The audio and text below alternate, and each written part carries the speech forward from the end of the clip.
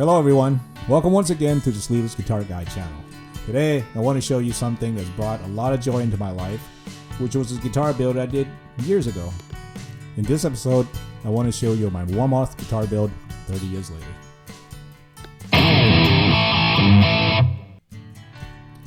If you have ever thought about doing a guitar build and doing your research about the various vendors out there, chances are you've come across the name Warmoth Guitars. And before we go on, I am not in any way associated with them. I've just had the good fortune of using their parts to build a guitar that I have used live and used on my band's latest album, Weak Ass Mushroom Tea Volume 2, which is out on Spotify and other major streaming services, along with my PRS Silver Sky SC and my Martin D28 acoustic. I come back to this guitar a lot for a lot of things. Okay, so this is the neck on my guitar. At the time I bought this, when I built this guitar in 1994, I got it for $100, and Warmoth had a big end of year sale. So as you can see, this thing is very well worn. It's been through many gigs with me, been through many recording sessions. So there's even a cigarette burn on the headstock. It's been with me through thick and thin. Okay. Now, in case you didn't know, Warmoth makes compound radius fretwork. Okay, their necks have compound radiuses, meaning that the radius at the lower frets are different than the ones at the higher frets, and they basically, as you move along the neck, they basically get flatter. Okay, so what that does is it allows you to chord easier on the lower frets and then lead easier on the higher frets. Okay, so this neck is a maple neck, maple fingerboard, stainless steel jumbo frets, 22 frets, and yeah, at the time it was on sale. I got it for $100, and the necks these days I think can go from $189 all the way to like $700 or $800 or something like that. So they can definitely be expensive. Okay. So it depends on what you want. Like if you get the ones that they have in stock, it won't cost you too much. But if you want a lot of customization, it will cost you a whole lot. So it's up to you about how much you want to spend. But I will say that the quality of Warmoth necks are like very good. I love this compound radius neck. I have not played any other neck that feels as good as this one. It just feels great to me. It feels absolutely amazing, and the craftsmanship is really good. Like there's no sharp frets at all. There are no high frets, so I don't get like fret buzzes. The workmanship is very good. Like when I got the neck, I wanted to put a graphite nut in, so I got that put in, and then of course I put in the tuning keys. But other than that, it just fits very well into the Warmoth body that I had bought along with the neck at the time. But yeah, I highly recommend this neck, and I've had this almost 30 years now. I absolutely love it, and I highly recommend it if you want a no-hassle neck that's pretty reasonably priced if you're not getting a lot of customization, and it's a lot better than having to manually work on the frets that you might get from cheaper alternatives. Okay, so I want to show you the body of the Warmoth guitar, and this is a Warmoth body. At the time, I mentioned about the sale that they had. I got this one also for like around $100, and it's an alder body, Strat style. It's rear routed. The control cavities are in the back. It has a tremolo cavity, but thinking back on it now, I never use it, so if I have to do this again, I'm not going to worry about the tremolo because I keep my tremolo pretty much flush. HHS configuration, I have EMGs put on it, and at the time I wasn't very good at building guitars. This is basically my second guitar build back in '94, and I just wanted everything to work, so I didn't know a lot about the electronics, so I had somebody else do it for me. And the bridge is basically just a simple Strat bridge, but this guitar is absolutely great. Everything fits really well, and these days I'm pretty sure it's just as easy to work on Warmoth guitars. And all I wanted everything to be simple, so I didn't do any nice colored finish. I just wanted like a natural color, and all I did was basically seal it with polyurethane, and that was it. And that's all I wanted.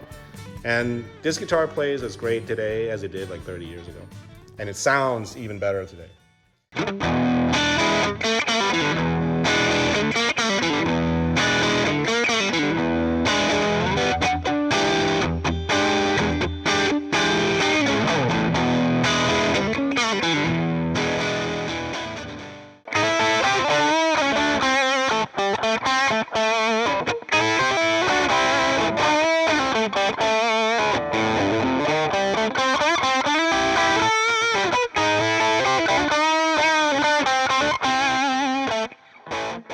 Back in '94, I got the parts on sale. So the body and the neck was like $200 total plus tax and shipping, which was an absolute steal. Even back in those days, it was an absolute steal.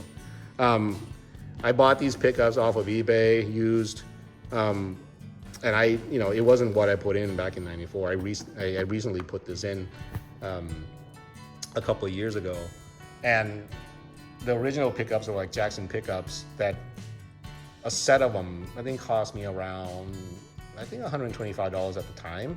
These EMGs I got off of eBay, and this set cost me like $100, and I got it used. Okay, so this bridge I also recently upgraded, and this one was like around $30 I think, and pots, electronics were all like the same stuff that I had used like way back then.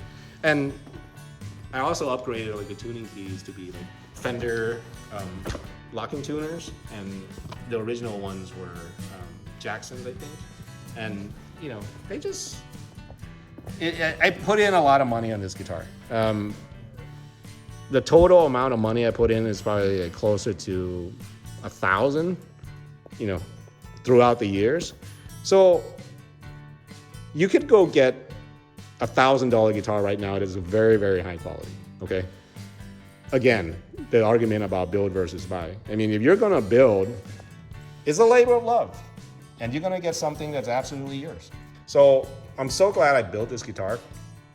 I'm much better at building guitars these days, and it is worth the time and money for me to build it because it's my own. Nothing else sounds like this guitar. I love it so much because it was a labor of love, and it's personalized to me, and it's just an awesome guitar because Warmoth just makes like really, really good parts.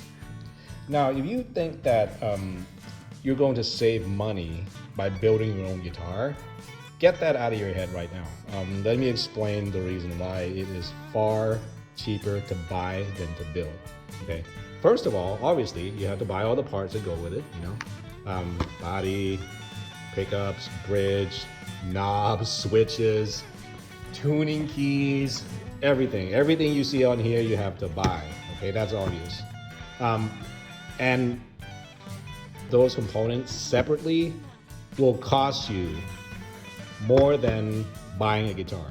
Okay, because when manufacturers make whole guitars, they get all their parts and everything for way cheaper than you could get at retail. Okay, so it costs them a lot less with economy of scale and everything. It costs them a lot less to build per guitar than it's going to cost you to build one guitar. Okay, and obviously you have to spend a lot of time and energy into building it, finishing it, blah blah blah blah blah. And if you don't know how to do certain parts of the guitar, like the electronics, for example, you have to get somebody else to do it. Okay. If you don't want to spend the time and money building a guitar, if it's not a labor of love for you, go buy one because it costs you a lot less. And chances are, if you don't know, or if you're not experienced with building guitars, the quality that you're going to get from buying is probably way more than you could do yourself if you're not an experienced guitar builder. Okay. Now, there are less expensive kits out there that you can build if you want to, try your hand at learning how to build a guitar using kits.